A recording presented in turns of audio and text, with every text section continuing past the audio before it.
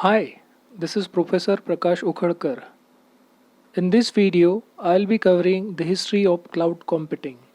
The internet has its root in the 1960s, but it wasn't until the early 1990s that it had any relevance for businesses. The World Wide Web was born in 1991, and in 1993 a web browser called Mosaic was released that allowed users to view web pages that included graphics as well as text. This heralded the first company websites, and not surprisingly, most of these belong to companies involved in computing and technology. As internet connections go faster and more reliable, a new type of company called an application service provider or ASP started to appear. ASPs took existing business applications and ran them for their customers.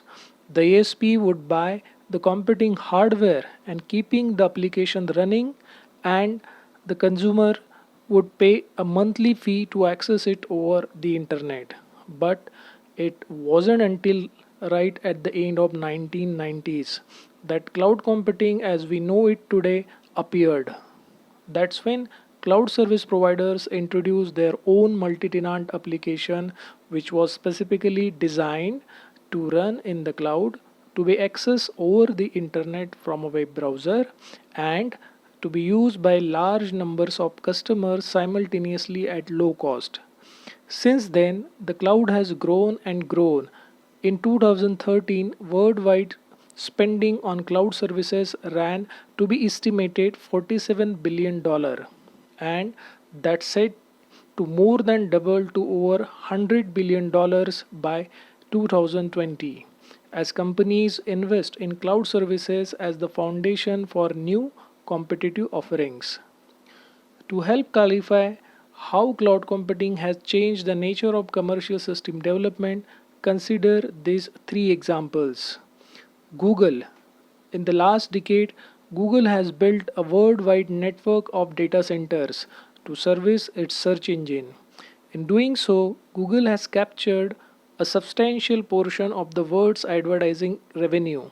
That revenue has enabled Google to offer free software to users based on what that infrastructure and has changed the market for user facing software. Azure platform. By contrast, Microsoft is creating the Azure platform. It enables .NET framework applications to run over the internet as an alternate platform for Microsoft developer software running on desktops. Next, we have Amazon Web Services. One of the most successful cloud based businesses is Amazon Web Services, which is an infrastructure as a service offering that lets user rent virtual computers on Amazon's own infrastructure.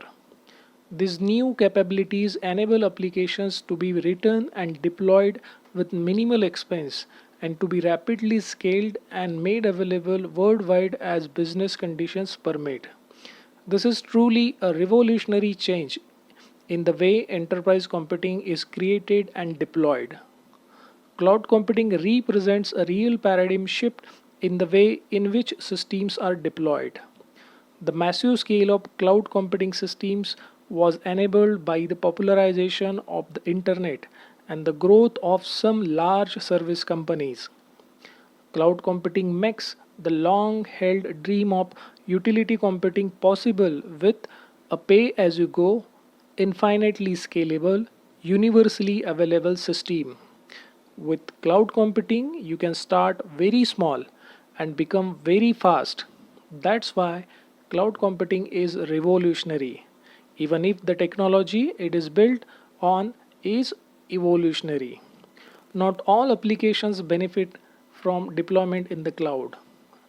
Issues with latency, transaction control, and in particular, security and regulatory compliance are of particular concern.